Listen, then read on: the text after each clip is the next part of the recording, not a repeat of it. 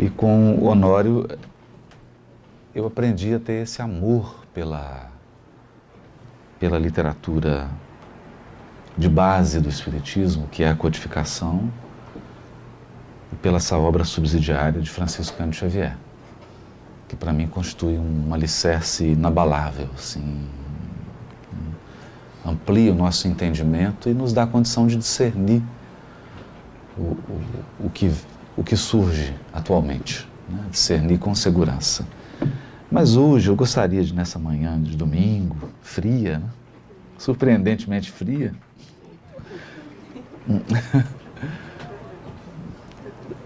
trabalhar uma passagem do Evangelho à luz do livro Pensamento e Vida. Exatamente para demonstrar o potencial que tem o Evangelho quando interpretado à luz do Espiritismo. Sobretudo com o apoio dessas obras. No caso, essa obra magnífica da psicografia de Chico Xavier, que é o livro Pensamento e Vida. Esse livro, ele traz um fio condutor que, de certo modo, faz um paralelo com a obra de André Luiz. Muitos pontos da obra de André Luiz dialogam com essa obra de Emmanuel. E não há nenhum espanto nisso. O livro Pensamento e Vida, segundo o próprio Emmanuel, é uma cartilha, um curso que eles têm para quem se prepara para a reencarnação. Uma cartilha falada. É como se fosse uma evangelização para reencarnante. São 30 aulas e antes de você reencarnar, você faz esse estudo aqui. E é interessante porque ele cobre assim um leque daquilo que a gente vai enfrentar mesmo na encarnação, né? Os principais fatos assim que a gente vai se deparar quando está encarnado, os desafios. E fala do alicerce de tudo isso, que é a nossa mente. Então vamos lá. No capítulo 8 do Evangelho de Marcos, Jesus, caminhando ali por aquela região da Galileia, entra numa aldeia chamada Betsaida. Importante lembrar que na época de Jesus, as aldeias eram realmente vilas muito pequenas, né? 50 casinhas, 100 casas, 150, eram vilas mesmo. Pequenos povoados em que as pessoas tinham uma relação muito íntima, elas se conheciam. Lembra um pouco aquele interior, como aqui nos Estados Unidos, ou mesmo no interior do Brasil, em que as pessoas te conhecem pelo nome da sua mãe, do seu pai, né? É o Haroldo, filho de não sei quem, o João, filho do... E a gente percebe que as pessoas têm raízes, você sabe de onde elas vieram, qual que é o círculo delas. E Jesus entra numa aldeia dessa e encontra um cego. É o cego de Betsaida. O que há de curioso nessa cura, eu diria paradoxal, que leva alguns até a questionarem se não houve um erro na redação dessa passagem do Evangelho, e a gente vai ver que não. A pérola, a beleza dessa passagem está nesse paradoxo. É que Jesus cura esse cego de uma maneira bem diferente. Primeira coisa que Jesus faz é tomar o cego pela mão. Pega as mãos do cego e tira ele da aldeia. Leva ele para fora. No primeiro momento, Jesus impõe as mãos. Então é uma cura em etapas. Ela tem 2 etapas. Ele não cura imediatamente, como fez com outros. Impõe as mãos e pergunta se o cego via alguma coisa. Bom, para quem é cego, ver alguma coisa já é um progresso. Jesus pergunta se ele está vendo tudo, se ele está vendo nitidamente. Você vê alguma coisa? E ele então dá a entender que vê, mas não de forma nítida. Quer dizer, falta nitidez e falta profundidade. Porque ele diz assim, eu vejo os homens, estou vendo as pessoas. Mas elas parecem árvores andando.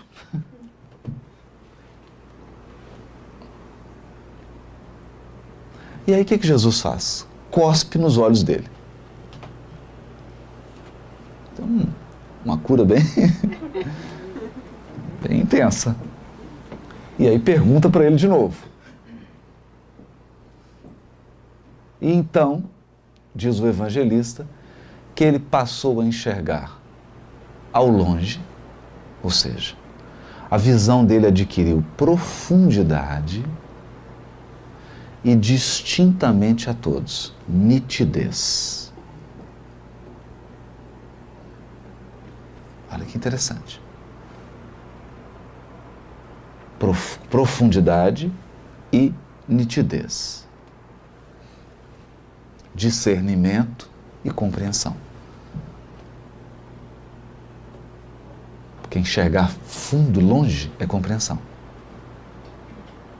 Distinguir, separar, saber que as pessoas são diferentes é discernimento. Não é?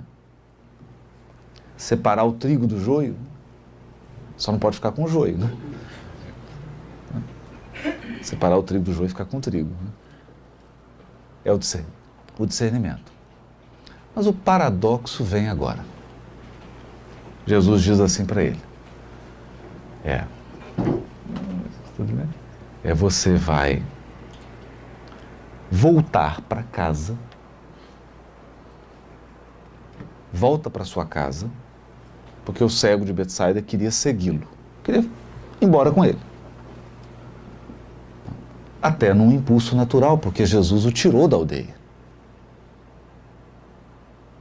Ele falou, não, você vai voltar para casa, mas não vai entrar na aldeia. Hã? Como assim?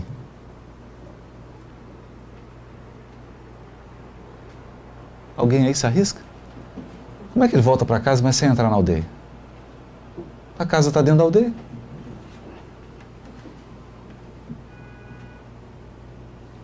O Evangelho tem dessas coisas, né? Isso nos força a sair da letra e procurar o sentido espiritual das palavras de Jesus. Essa é a passagem ideal para demonstrar que o ensino de Jesus é espiritual e as suas palavras são de vida eterna, porque elas não estão circunscritas apenas a um momento histórico, a uma situação histórica. Elas têm um conteúdo espiritual que não tem tempo, não tem geração, não tem época. Atende ao espírito imortal, em qualquer faixa evolutiva. Então é claro que quando Jesus diz a ele para voltar para casa e entrar na aldeia, ele não está se referindo à aldeia, aglomerado de casas. Ele está falando de um outro processo, de uma outra aldeia. Temos algumas pistas? Temos no livro Obras Póstumas. Kardec escreveu um item curiosíssimo. O nome é interessante. Chama-se Fotografia do Pensamento.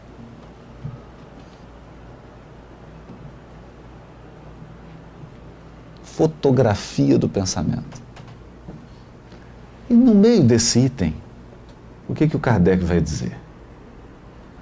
Que todos nós possuímos uma atmosfera psíquica.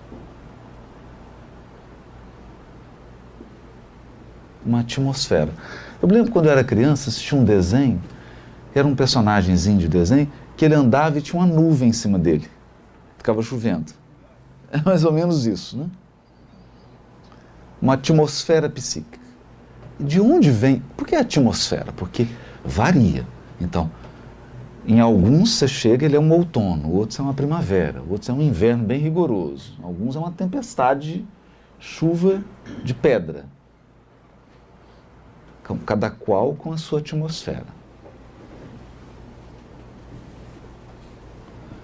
Quando Kardec aprofunda nisso, o que ele diz? Ele vai dizer que o corpo espiritual, o perispírito, é formado daquilo que nós absorvemos do fluido universal, do fluido cósmico. E que o nosso pensamento manipula essa energia agora modificada.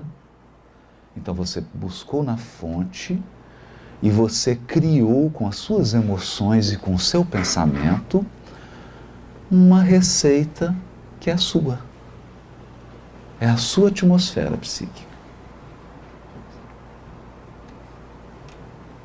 E ele começa a dizer, e aí a gente percebe, que você pode dar vários nomes para isso. Você pode dar o nome de aura, de campo energético. André Luiz vai chamar de campo mental, porque ele é dinâmico e ali circula uma corrente que é o pensamento. Mas aqui é preciso observar que o pensamento, na definição de André Luiz, não é apenas intelecto, não é apenas raciocínio e ideia. O pensamento é composto de todas as nossas emoções. Então eu posso aqui estar tendo uma ideia que é bonita e uma emoção muito negativa envolvendo essa ideia. Então eu falo bonito, mas você está ouvindo aí e sente até mal-estar. O pensamento é complexo, não é só ideia, não é só intelecto. A média do que você sente, do que você pensa ao longo do dia, a média, porque você tem, como a Norma diz que acordou, já ouviu a prece, então a vibração subiu, né? Mas vai que ao longo do dia você se irrita, tem um sentimento não muito caridoso, cai. Então, a média gera a sua atmosfera psíquica, que possui uma característica. É a sua aldeia.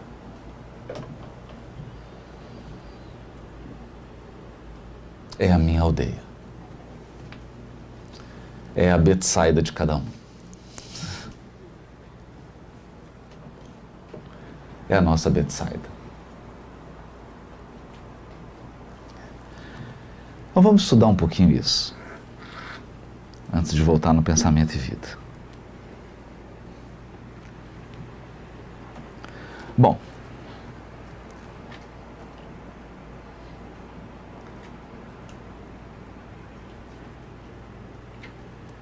eu busquei no livro Entre a Terra e o Céu.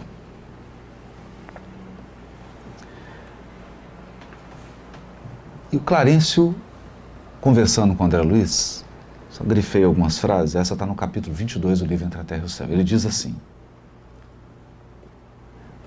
nossa atitude é uma corrente de indução magnética.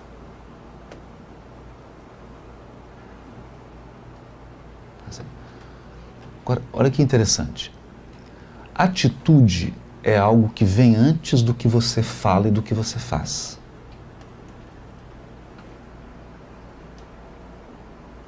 Não é?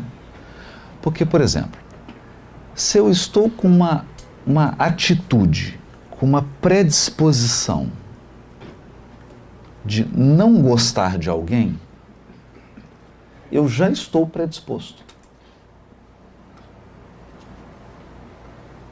Então, o meu semblante, quando eu encontrar essa pessoa, já vai ser diferente. A minha palavra já vai ser mais ácida. A minha ação já vai ser menos friendly. É a atitude. E a atitude, ela induz... O que é indução? Ela atrai reciprocidade.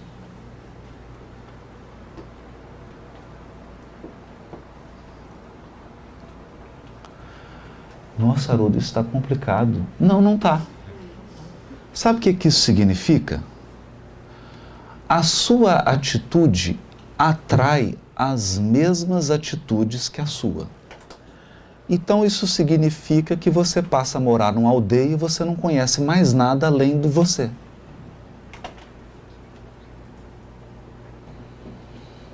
Então aqui está o ponto chave da passagem. Se você se cristaliza numa atitude, você só atrai essa atitude das outras pessoas.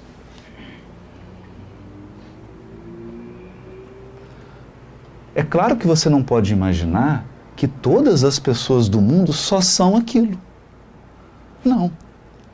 Elas são mais do que aquilo. Mas quando elas se relacionam com você, em função da sua atitude, se elas estiverem vigilantes, elas vão sintonizar com a sua atitude e vão reagir na mesma pauta da sua atitude. Conclusão, com o tempo, você não sai da sua aldeia.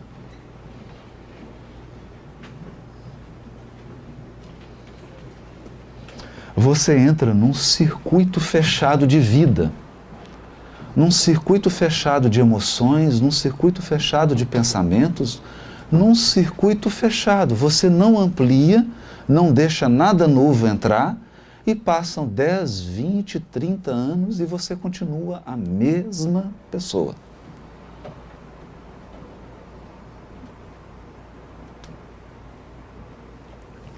É curioso porque costuma acontecer de você até trocar de marido ou de mulher e vir o mesmo.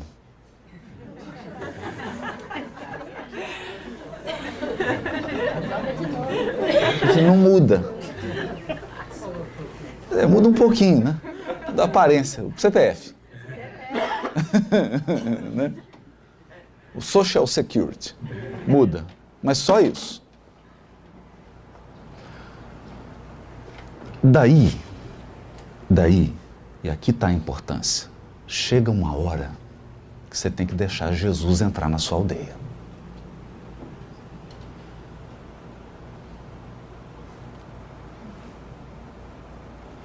Uma hora, a renovação que vem da espiritualidade superior precisa entrar no seu coração. Para quê? Para endossar como você vive? Não, para renová-lo. Para mexer com você. Para mudar a sua atmosfera psíquica. Para mudar a sua emanação espiritual. Para alterar a forma como você vê a vida. E mais, para te abastecer de energia necessária para que você faça algo diferente. Isso é quando Jesus entra em Betsaida. Entrou. Eu acho que cada um de nós aqui poderia citar, eu não deixo de pensar quando eu conheci o Espiritismo e quando Jesus entrou na Betsaida, foi quando o livro Nosso Lar chegou nas minhas mãos. Eu li e falei, olha, eu não sei o que é isso aqui, mas eu quero mais. É tão interessante porque quando você se abre para a renovação que vem dos espíritos que tutelam a nossa evolução espiritual, as circunstâncias acontecem. Na semana seguinte, eu estava na casa de alguém, passou uma campanha do Quilo e deixaram uma mensagem. Quando eu olhei, falou, olha, é daquela pessoa do livro que eu li. Ah, não, então tem grupo. Olhei, tinha um endereço. Na outra semana, eu já estava no grupo. Então você pergunta, por que essa mensagem não chegou 3 semanas antes de eu ler o livro Nosso Lar?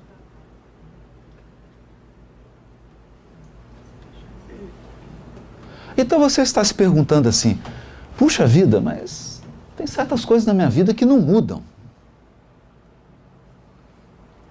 Já tem 3 anos que eu estou fazendo oração pedindo para mudar. Mas você saiu de Betsaida? Tem que sair de Betsaida. você tem que segurar nas mãos do Cristo e deixar que Ele tire você de Betsaida. Agora, é claro que eu estou falando aqui uma metáfora, né? Esse segurar nas mãos é eu me abrir para aquilo que a espiritualidade superior está propondo. E é sempre desconfortável sair da aldeia. Porque isso nos lembra aquele caso, o sujeito andava aqui por uma highway, né? E acabou a gasolina, ele parou então num posto e foi abastecer. Enquanto ele abastecia, tinha um cachorro uivando. E o tempo todo que ele abasteceu, pagou, e o cachorro não parava de uivar. Aí tinha um sujeito sentado lá, que devia tomar conta. Falou, me escuta, por que esse cachorro está uivando? Ele está uivando assim porque está deitado em cima de um prego. Pelo amor de Deus, por que ele não levanta? Não, porque está doendo o suficiente para ele uivar, mas não está doendo o suficiente para ele levantar.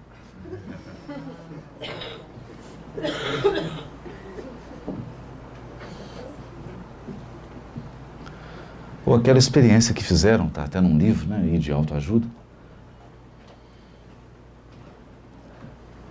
ver como que os ratos são mais inteligentes que a gente. Inteligência emocional. Inteligência emocional. Colocaram um labirinto, um queijo no meio do labirinto. E o rato chega lá, come o queijo, volta. Coloca um queijo de novo, ele vai. Na terceira vez não põe queijo. Ele vai, não encontra o queijo. Coloca ele de novo. Ele vai, não encontra o queijo. Depois ele não vai mais. Se fosse a gente, 1000 anos indo.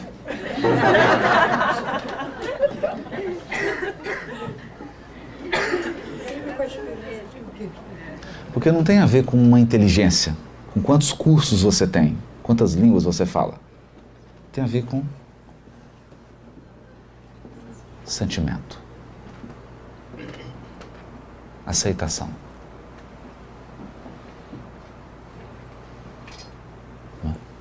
Aceitação. Então, eu vou lá 1000 vezes porque vai aparecer um queijo. Tem que aparecer. Então a gente começa a brigar com a vida, querendo que o mundo se adapte ao nosso modo de sentir e ao nosso modo de ser. Então isso é interessante. Acontece que essa atitude induz a atitude idêntica.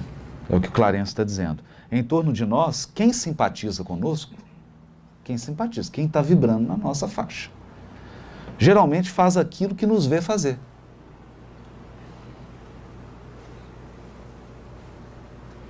Nosso exemplo em razão disso é um fulcro de atração. É um imã.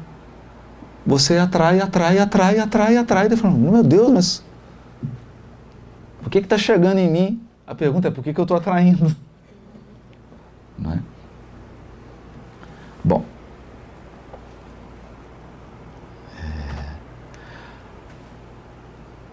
Agora aqui, nesse livro Entre a Terra e o Céu, e eu quero só dar um salto aqui para a gente entender um pouco isso, há um caso muito interessante. Porque revela um pouco dessa aldeia. O que é essa Betsaida? E o que é essa cegueira que Jesus cura? Porque não é simplesmente conhecer. Então eu conheço, então eu enxergo.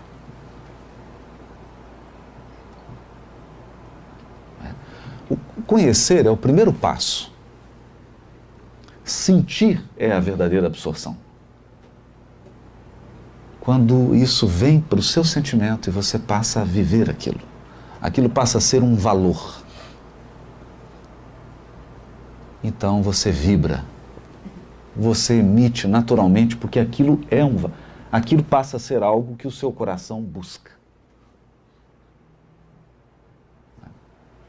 No caso aqui, há algo interessante nessa obra. O livro começa com uma prece de uma criança. O que já revela a força da prece. Porque a prece é quando você fala assim, meu Deus, eu sei que sou cego, mas eu não consigo sair dessa aldeia. Me tiro daqui.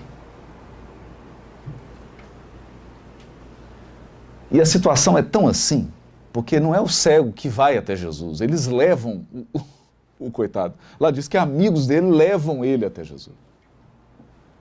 Ele já não tinha condição mais de ir. De tão envolvido que ele estava. Então a prece é esse pedido de socorro. E o atendimento vem. No caso, Clarencio, ministro de nosso lar, sai das suas atividades e vai atender a prece dessa criança. Eu não quero dar uma de Silvio Santos, contar o final do filme, do livro. Não é? Mas a verdade é que a prece dela é 100% atendida. Tudo que ela pediu foi atendido. Mas demorou 2 anos.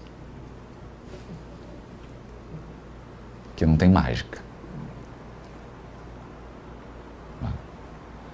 E o curioso é que ela faz uma prece dirigida para a mãe. Mas a mãe era a causa de todo o problema que estava motivando a prece. A vida dela tinha se tornado, tadinho, um inferno. A Evelina havia reencarnado, ela vinha de nosso lar com uma tarefa específica, com o amparo da colônia espiritual de nosso lar. A mãe dela desencarna, o pai contrai, casa-se de novo, mas a mãe, num processo complicado, porque um dos irmãozinhos dela morre, é um processo muito complicado, a mãe se transforma numa obsessora tenaz. E estava quase matando a segunda esposa do marido. E ela e a filha vivendo naquela situação drástica, ela faz a prece, mãezinha, me ajuda, volta para a mãe, né? A prece chega na mãe, vai parar em Clarencio. Ele recolhe e vem atender. Então, durante boa parte do livro, ele vai atendendo, vai esclarecendo, tira um obsessor aqui, dialoga, conversa, chega na mãe, que estava dentro da casa. E aí ele diz assim, bom, agora não é conosco. Onde ela diz, como assim? Não, agora tem que pedir ajuda. Eu falei, mas que isso, ministro? O senhor já ajudou? Já resolveu tanta coisa, agora não vai conseguir resolver. Por que o senhor não consegue resolver isso? Ele diz assim, efetivamente guardo alguma força magnética suficientemente desenvolvida. Olha só. Capaz de operar sobre a mente de nossos companheiros em recuperação. Ou seja, André, eu já tenho uma força magnética capaz de atuar na mente de companheiros que estão em processo de recuperação. Tenho essa força já. No entanto, ainda não disponho do sentimento sublimado suscetível de garantir a renovação da alma.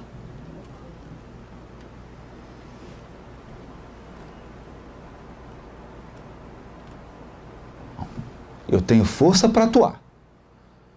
Mas quando se trata de renovar a alma, ou seja, tirar da aldeia, tirar completamente da aldeia,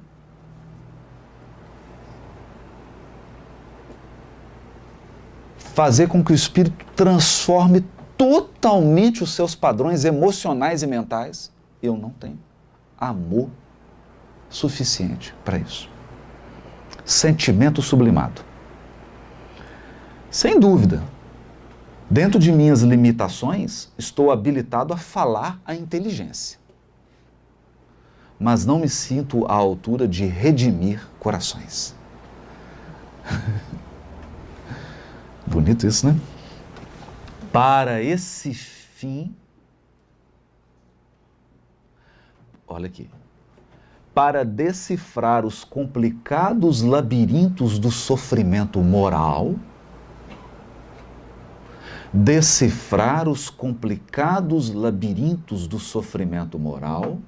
é imprescindível haver atingido mais elevados degraus na humana compreensão.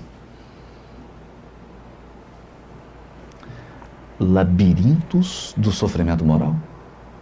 Como assim?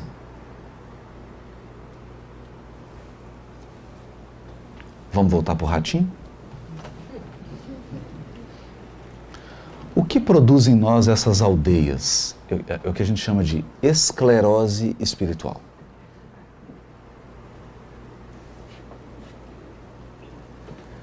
Experiências de sofrimento vivenciadas em algumas reencarnações. Experiências de sofrimento. Algumas delas que se repetem.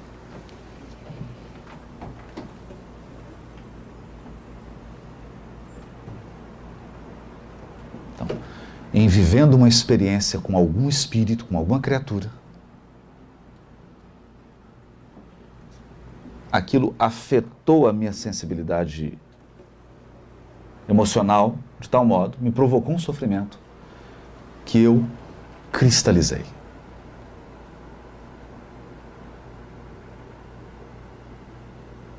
Cristalizei. É mais... Olha que interessante isso. É mais do que vingar.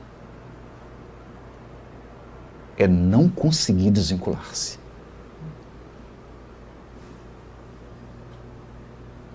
Uma pessoa me contou um caso muito curioso, né? Era um casal que tinha 50 anos de casamento. 49 anos e 10 meses, eles passaram se agredindo uns aos outros. Então era um casal velhinho, assim, que eles acordavam e já começavam o UFC.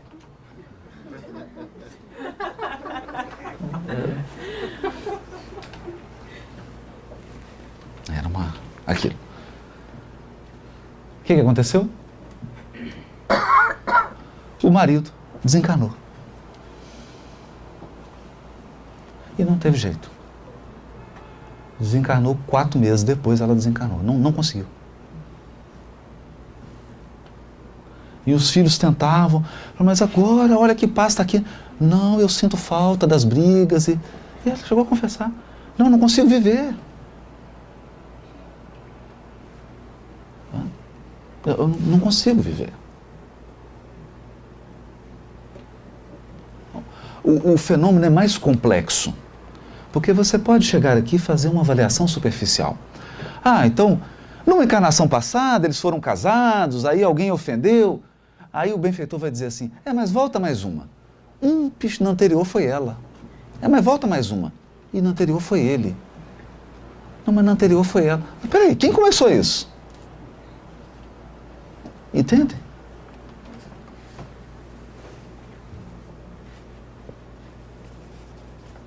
Então, numa vida, um fez uma coisa com o outro, grave. Na outra, o outro fez. Mas pronto, agora é 0-0, né? Ou 1-1, né? Chega. Não! Pergunta se quer parar o jogo. Aí fica 2-1, depois 2-2, 3-1, 3-2, 4-1, 4-4, 5-4, não é? Não para o jogo. Aí se transforma em complicados labirintos do sofrimento moral. Por que eu estou dizendo? Não estou especulando, não. Esse espírito, a mãe, que estava na casa, estava obsidiando e falou assim, eu vou desencarná-la, eu quero ela aqui. Por quê? Porque ela desencarnou e deixou 2 filhos. A Evelina e um filho pequenininho. Essa madrasta, nova esposa, e o caso é complexo, foi à praia e, olha, por omissão, por desídia mesmo, a criança morreu afogada no mar.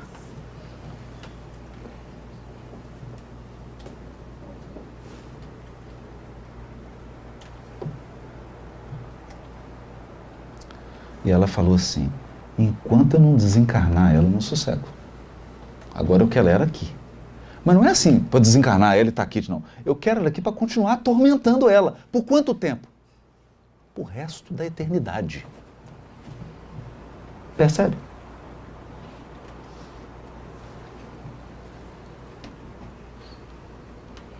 Então, a gente participa como dialogador em algumas reuniões mediúnicas, e aí chega um espírito sofredor, um profundo sofrimento moral, nesses intricados labirintos do sofrimento moral, e ele começa a dizer, eu detesto fulano, ou às vezes eu detesto você, não adianta vir conversar comigo, eu vou te perseguir, né? Ou vou perseguir fulano. É um direito seu. Há quanto tempo você está nisso?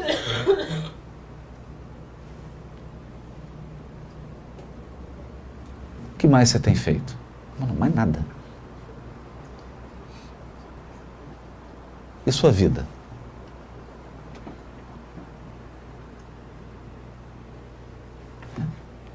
Então, cristalizou.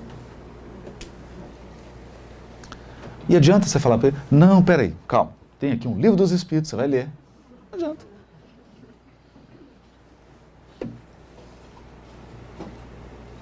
Então é isso que Clarence está dizendo. E aí eles chamam quem? Zulmira. Zulmira, desculpa, gente. Chamam a irmã Clara.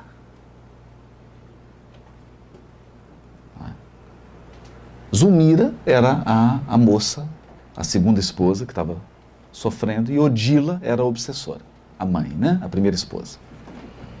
Zulmira, atormentada por Odila, que realmente lhe vampirizava as forças, estava deitada no leito, apática e desolada, como estátua viva de angústia e medo. Olha, então, síndrome do pânico, depressão, a pessoa não sabe o que é, e por trás tem uma obsessão. Escutando o vento que zunia lá fora, mais magra e mais abatida, exibia comovedoramente a própria exaustão. Irmã Clara, que é esse espírito que veio, depois de expressivo entendimento com o nosso orientador, com Clarencio, solicitou que nos mantivéssemos a pequena distância. E aí, chegando perto da genitora de Evelina, que é Odila, né, que é a obsessora, a mãe da criança que fez a prece, Evelina, que tanto quanto a enferma não nos percebia a presença, alongou os braços em prece. Que aqui é bonito também. Quer dizer, a irmã Clara foi chamada, por quê? Porque o ministro Clarencio, não estamos falando nós estamos falando do ministro. Entendem? Por exemplo, você vai nos domínios da mediunidade, você tem o orientador, que é o Aulus, que você já fica falando, meu Deus, que espírito, mas ele não é ministro ainda, não. Tem um ministro acima dele. O Clarencio é um ministro de nosso lar. Só tem 72 ministros.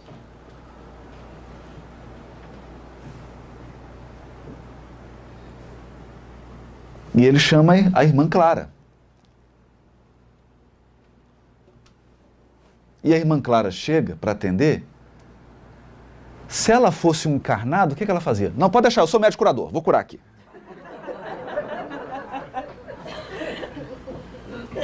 Que é a atitude nossa de encarnado.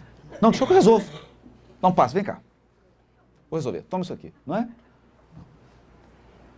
irmã Clara chega, pede para eles se manterem à distância um pouco, faz uma prece. Entra em conexão com as forças superiores da vida, que culminam em Deus. Em Deus. Busca elementos do alto para poder auxiliar.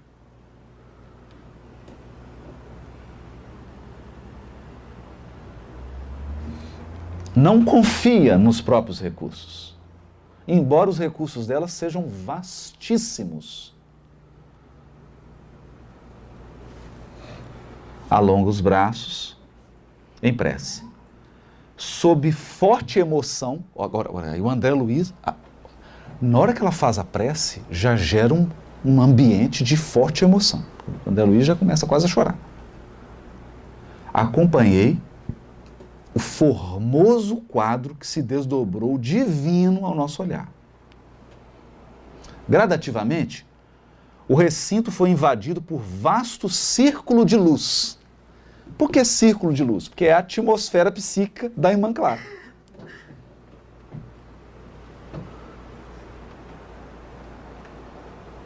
Ela começou a, gradativamente, emanar luz.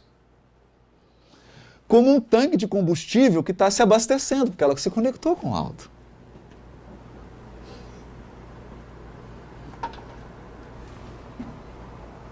Não é interessante isso? Qual se fizer a instrutora, o núcleo irradiante. Então, ela, a irmã Clara, no núcleo irradiante dessa luz. Assemelhava-se a nossa amiga a uma estrela repentinamente trazida à Terra. Uma estrela, com os dois braços distendidos em forma de asas, prestes a desferir excelso voo. Cercava enorme halo de dourado esplendor. Ela começou a emitir luz dourada.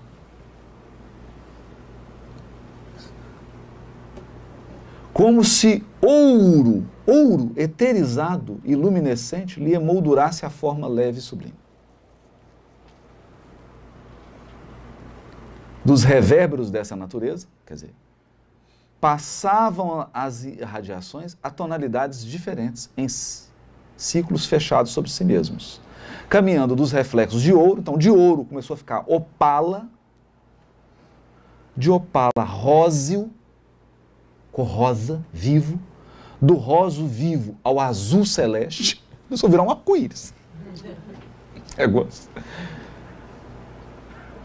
Do azul celeste ao verde claro e do verde claro ao violeta suave. Ou seja, ela começou a ativar todos os chakras, todos os centros, o que André Luiz chama de centros de força. Os 7 principais, né? Que se transfundia em outros aspectos a me escaparem da apreciação.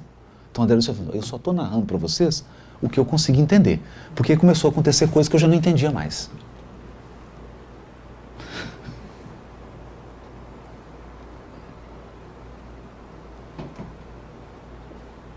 Aí você fala, mas ela não vai conversar? Conversar?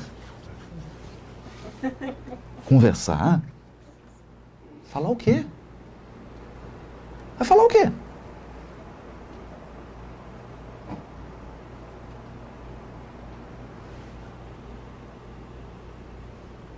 Conversar não. Então,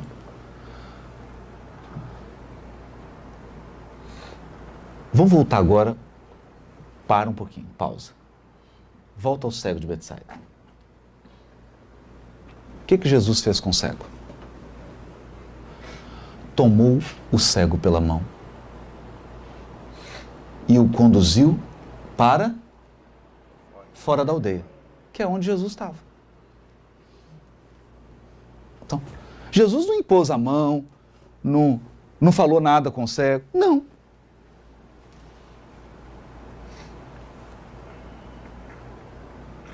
O primeiro passo da cura do Cristo foi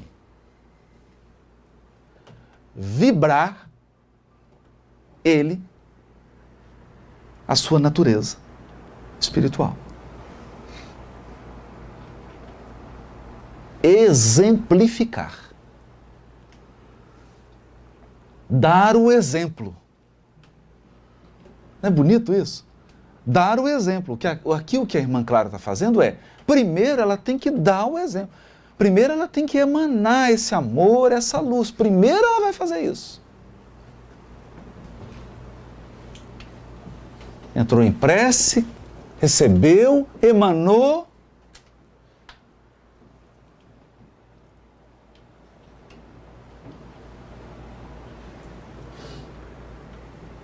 Entende? É como se você fosse subir uma montanha muito fria e muito gelada. E você está na base da montanha e está todo mundo conversando com o guia, são 30 pessoas, e o guia está falando assim, lá em cima é muito frio, coloque uma luva, uma blusa bem forte, protejam as orelhas, e você olha para ele está de camiseta.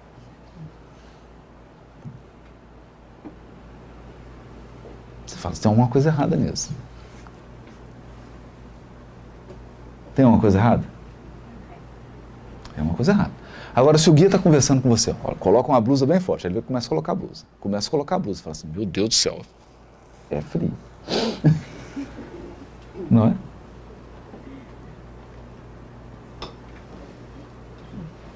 Então é esse ponto. Jesus toma o cego pela mão e o leva para fora da aldeia. É o que a irmã Clara está fazendo. Só que aqui ela está levando o ambiente inteiro para fora da aldeia.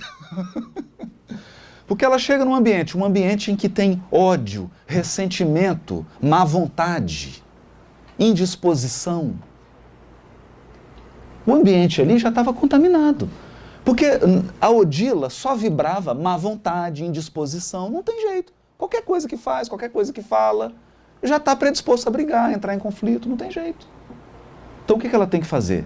Ela tem que alterar a atmosfera psíquica do ambiente.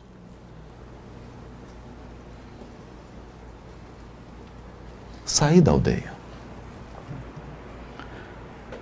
Tive a ideia de que irmã Clara se convertera no centro de milagroso arco-íris, cuja existência nunca pudera vislumbrar. Fizera-se a casa, agora olha que lindo, exatamente isso. Fizera-se a casa excessivamente estreita para aquela abençoada fonte de raios balsamizantes e indefiníveis. Quer dizer, a casa ficou pequena. Mas eu queria chamar uma atenção aqui. A energia que a irmã Clara irradiava era de bálsamo, não era de crítica. Não era de julgamento. Eita, obsessor, hein? Deixando a outra magrela, morrendo. O que é isso? Não tem coração, né? Não. Eles começaram a sentir bálsamo. Bálsamo, bálsamo. Depois eu vou contar um segredinho aqui. Tem um segredinho, tem. Estático, agora olha que interessante, balsamizantes indefiníveis. Então tinha emanações também que André Luiz não conseguia definir.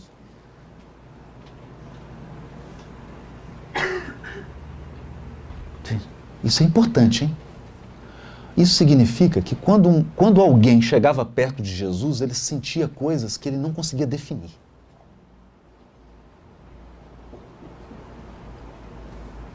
A pessoa não sabia o que ela estava sentindo.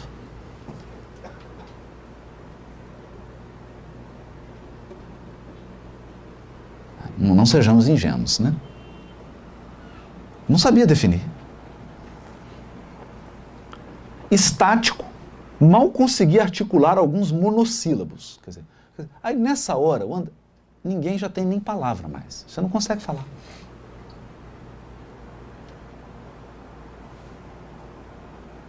André Luiz, que é o inteligente, não conseguia falar. Nem monossílabo. Nem sim, não, é, ui, uai. Né? Mal conseguia articular alguns monossílabos procurando esclarecimento em nosso instrutor. Então olhou para o Clarence e falou, Clarence, só olhou, né? Falou, nossa, o que é isso, né? E aí o ministro, irmã Clara, informou o ministro igualmente enlevado. Até o Clarence estava, né? Clarence estava curtindo, né? Estava adorando. Que coisa linda, né? Irmã Clara já atingiu o total equilíbrio dos centros de força.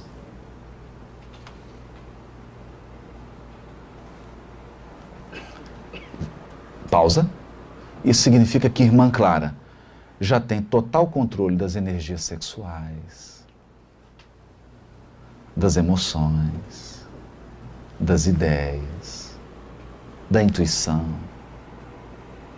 da energia realizadora, vital, das necessidades materiais. Ela já tem total equilíbrio dessas energias. Equilíbrio.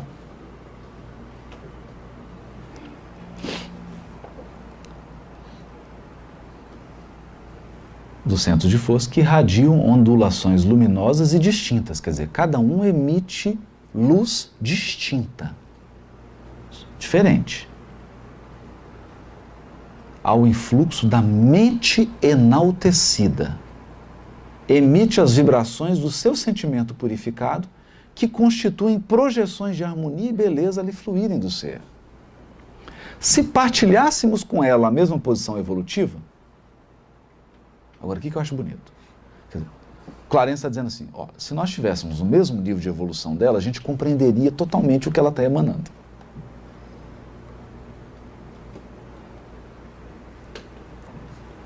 Entraríamos agora em relação imediata com o elevado plano de consciência em que se exterioriza. E então, em vez de somente observarmos esse deslumbramento de luz e cor,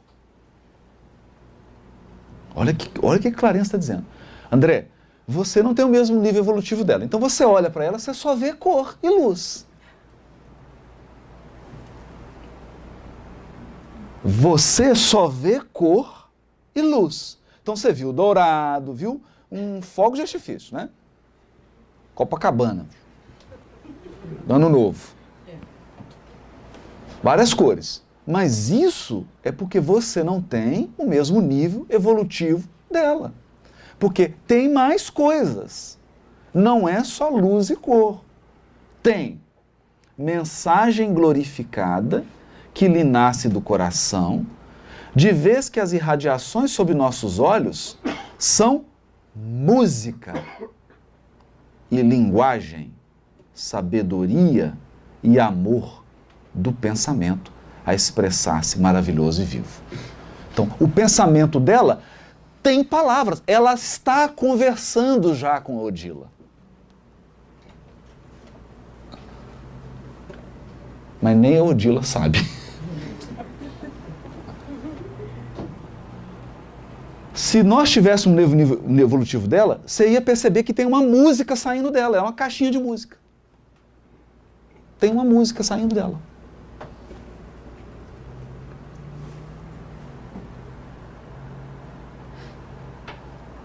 Ela está transmitindo algo.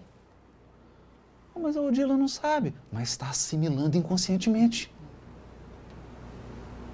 Então, quando o Cristo encontrava alguém, encontrou o Públio Lentz e falou assim, não importa, segue-me agora daqui 2000 anos, porque eu já te alterei.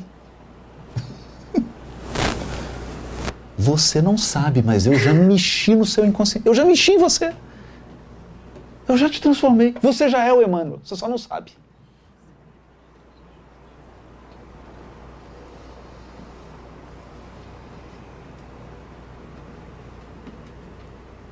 Você só não sabe. Ou quando aquele soldado olha para ele e enfia a lança nele, fura Jesus na cruz, Jesus já desencarnando. E o que ele faz? Olha para o soldado.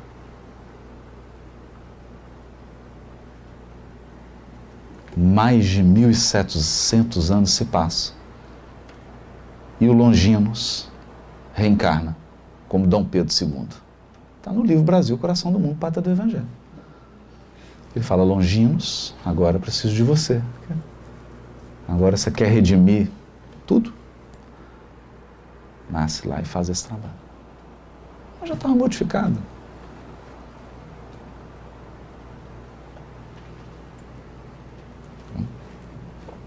Uma questão é que sementes foram plantadas e essas sementes iam germinar. Por quê? Porque Jesus entrou na aldeia.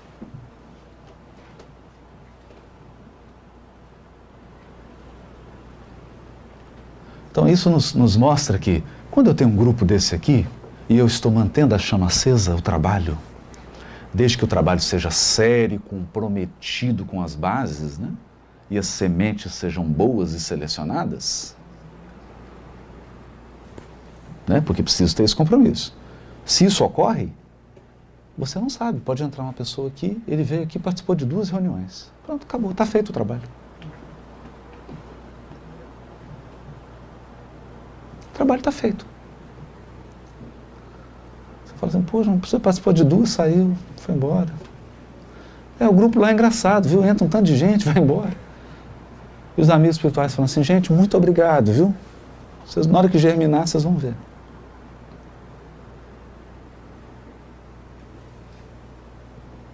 Na hora que germinar, vocês vão ver. Ou como é o caso do Chico. Durante 1 ano, o Chico abria a reunião, não tinha ninguém. Lia o Evangelho. Um pouquinho antes de 50, né? Um pouco antes de 1950. Aí um dia o Chico falou, olha, mano, eu vou fazer não. Vou sozinho, abro. Leio. Você está lá, né? Não estou sozinho. Tá? Você até fica, mas... Ele falou, olha, Chico, vou ampliar a sua visão, você vai ver agora os desencarnados que estão aqui.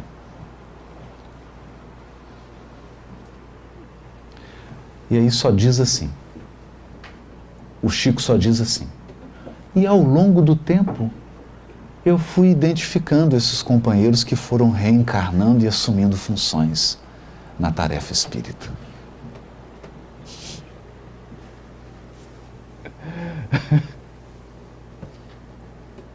Entende?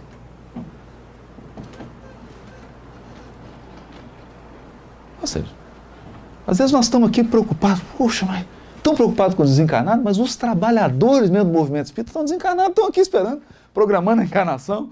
Olha, 1900, 2040, eu estou encarnando em Nova York, é um trabalho, e está aqui.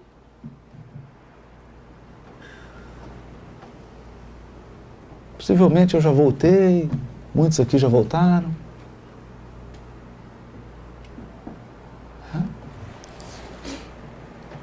Aí ele diz assim, a sintonia espiritual perfeita, porém, só é possível entre aqueles que se confundem na afinidade completa.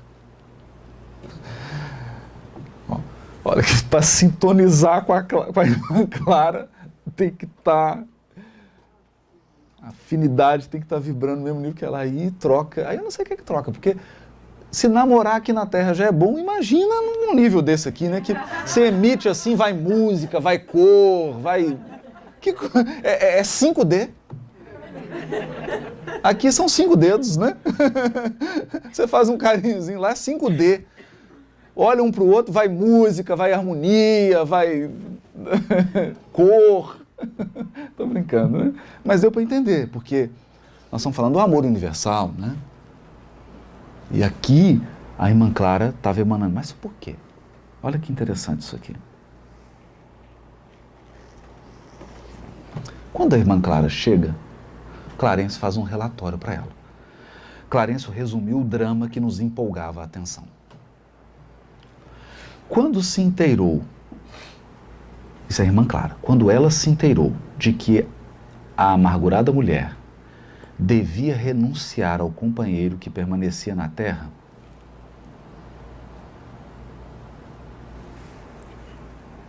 por quê? O caso é simples. O caso é simples. A Odila tinha que entregar o amor dela para outra. É simples isso, né? Simples.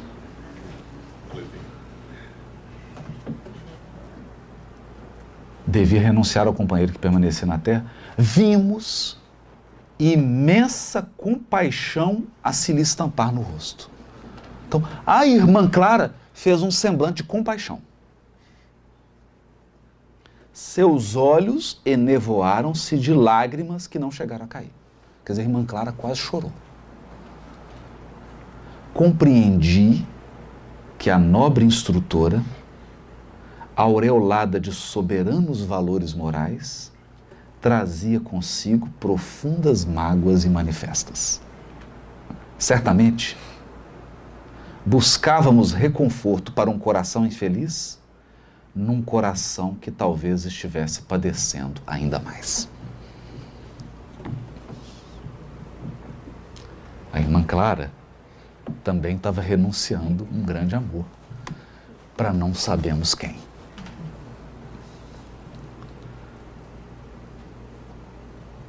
Ou seja, a palavra convence, mas o exemplo arrasta. A irmã Clara veio atender um drama que ela vivia, então ela tinha autoridade moral.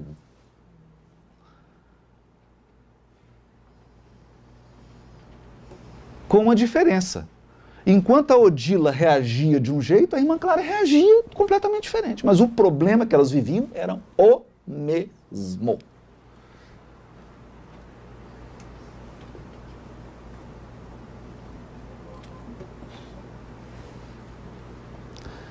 Isso é um padrão na obra de André Luiz. Você pega o livro Sexo e Destino. Os dramas são de pessoas que têm graves problemas com a energia sexual. Com relacionamento, energia sexual, etc. E o instrutor Félix, eu vou contar. Vou ter que contar o fim do livro.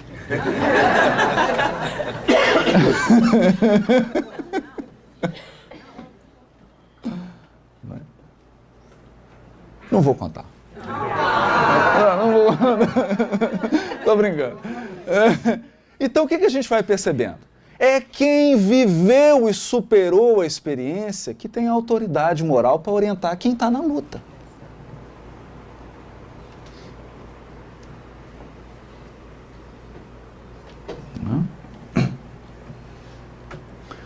É por isso que nós não temos um mestre, um guia e modelo, que é um espírito inexperiente.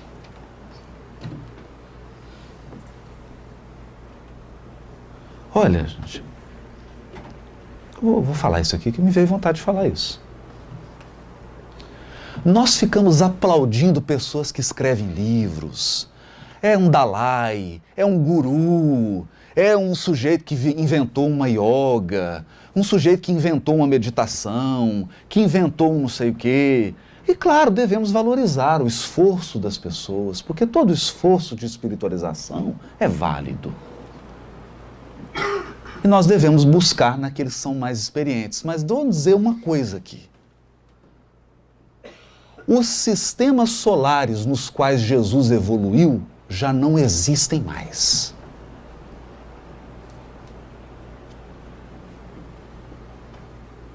Segundo Emmanuel, viraram poeira. Um sistema solar dura mais do que 5 bilhões, 7 bilhões, quase 10 bilhões de anos.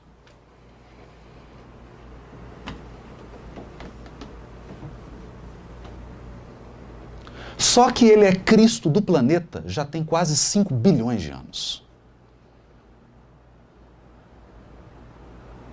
Então não tem ninguém aqui na Terra com 1% da experiência dele. E nós não vemos Jesus tendo a atenção que merece do nosso coração. A gente idolatra mais encarnados, mais pessoas do que o nosso guia e modelo.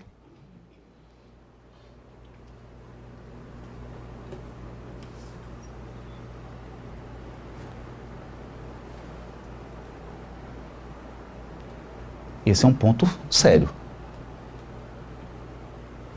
Porque nós deveríamos entregar nossos dramas à consultoria do Cristo. Olha, Jesus, eu estou aqui todo enrolado em relacionamento. Você não poderia me dar uma consultoria?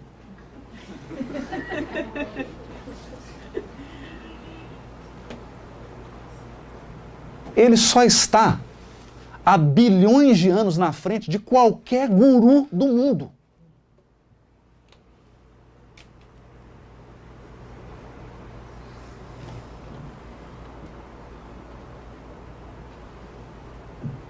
Mas eu fico pensando, por que nós não valorizamos Jesus? Sabe por quê?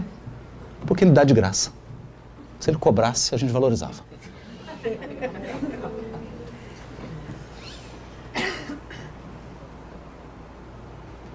A consultoria do Cristo é gratuita. Ele não pede nada em troca. Aí nós não damos valor. Porque nós não estamos acostumados a receber sem dar alguma coisa em troca.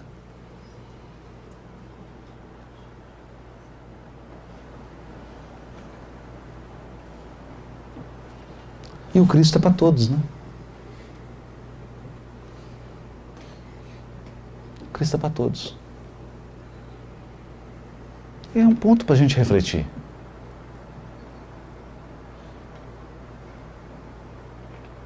Um ponto sério.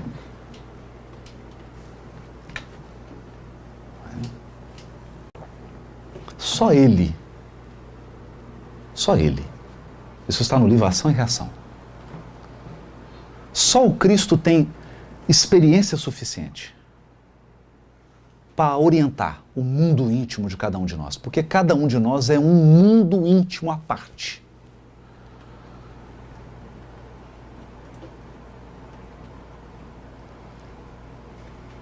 Eu posso ter determinadas experiências, mas eu não tenho experiência para orientar todo o seu mundo íntimo. O Cristo tem. A experiência dele é tão vasta que ele entra no seu mundo íntimo, e o seu mundo íntimo é pequeno para ele. Então eu acho que nós precisamos dizer como o centurião de Cafarnaum: Senhor, eu não sou digno de que entreis na minha morada. Porque o Senhor não cabe aqui dentro. O Senhor é maior do que a minha casa. Mas diz uma só palavra e vai mudar tudo aqui dentro. É importante isso, né? Importante. Então, quando Jesus consegue trazer e tirar da aldeia, e aqui nós podemos entender esse processo que ocorre conosco e que ele ocorre constantemente. Ele é um processo que ocorre incessantemente. Você começa a criar uma aldeia, entra algo renovador e tira você da aldeia. Se você permitir.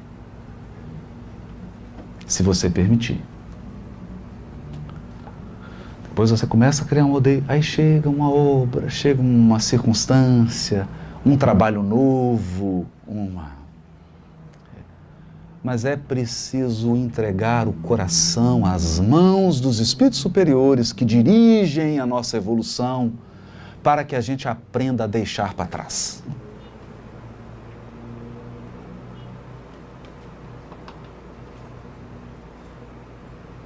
Aprenda a deixar para trás. Por isso, a encarnação possui dois marcos. Um é o útero e o outro é o túmulo. No útero, você abre mão do mundo espiritual. Você tem que deixar para trás o mundo espiritual. Quantos corações que a gente ama e agora a gente não lembra nem mais o nome.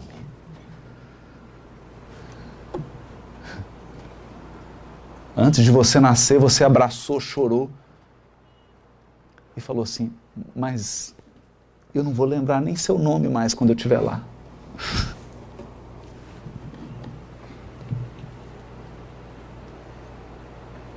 Não vou lembrar nem seu nome.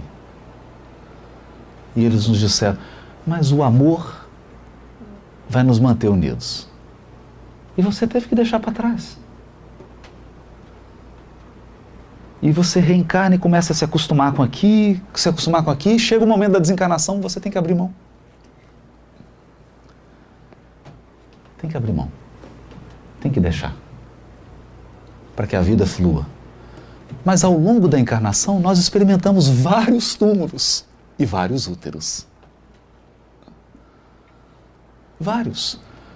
Vamos tendo que abrir mão de circunstâncias, de situações. Você vivia naquela casa, eu estava lá, não sei o que, mudou de país. Mudou de estado.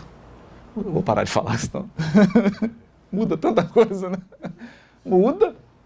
Vai mudando, e você vai prosseguindo, vai prosseguindo, vai prosseguindo, e você acreditou que quando ia mudar, não ia ter nada, e a vida se recompõe e traz de novo elementos, e enche as suas mãos, e aí depois ela pede para esvaziar, e enche de novo, e esvazia de novo, e enche de novo.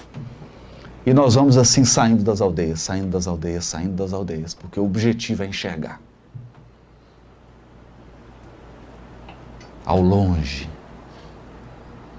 e distintamente, cada vez mais. Enxergar. Essa é a cura. A verdadeira cura. E no momento que você está abrindo mão, você não enxerga, você até é cego. Tem que ter humildade do outro cego. O de Jericó, que diz: Senhor, Jesus falou para ele: o que você quer? O que você quer de mim? Ele disse: Senhor, que eu veja.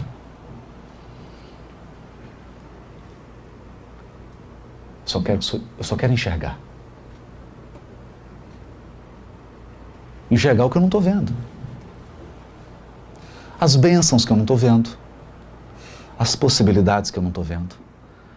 As propostas de renovação que eu não estou vendo. O futuro que eu não estou vendo. O que está reservado para mim, que eu não estou vendo.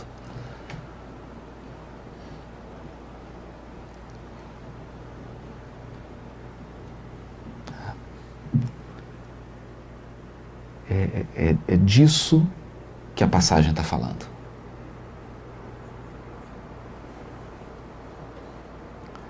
E o propósito do Espiritismo na nossa vida é nos dar resiliência.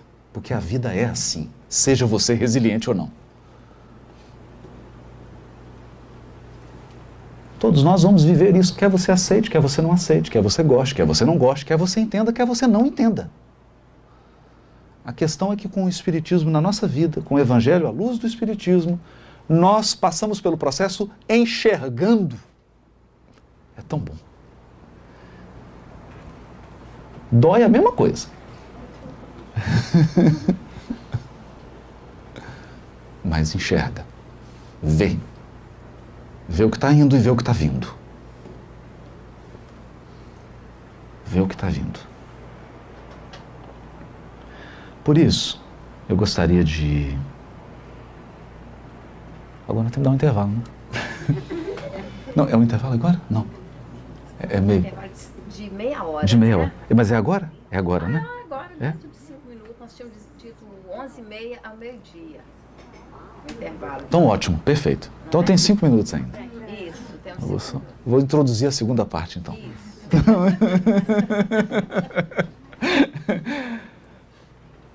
Na segunda parte, nós gostaríamos de juntar isso tudo numa reflexão consoladora, que é o último capítulo do Pensamento e Vida, chamado Amor.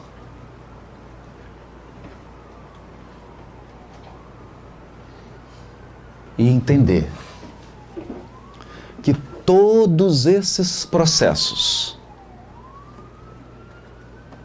transcorrem sob o patrocínio do amor. Mas aqui é preciso resgatar aquela experiência de mãe. A mãe ama o filho. Mas se o seu amor é responsável, se o seu amor é maduro, ela não dá para o filho tudo o que ele quer comer, não é verdade? Porque ela sabe que ele precisa comer coisas que ele não gosta de comer. Uma mãe não entrega uma faca de um chefe profissional nas mãos de uma criança de 2 anos. Porque a criança acha que a faca é um brinquedo. Porque ela sabe que faca não é brinquedo.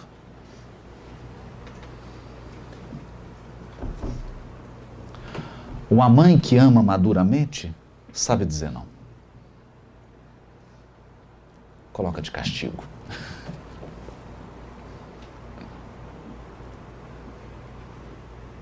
Mas também aconchega, fortalece. Ela não vai fazer a prova para você. Mas ela te leva na escola, te enche de beijo, te deseja boa sorte. Na hora que acaba, ela está ali para te buscar. Não é verdade? Com Deus também. Com Deus também. Então, a mensagem que abriu a reunião de hoje diz que Jesus dava o que nós necessitamos, não nem sempre o que nós pedimos.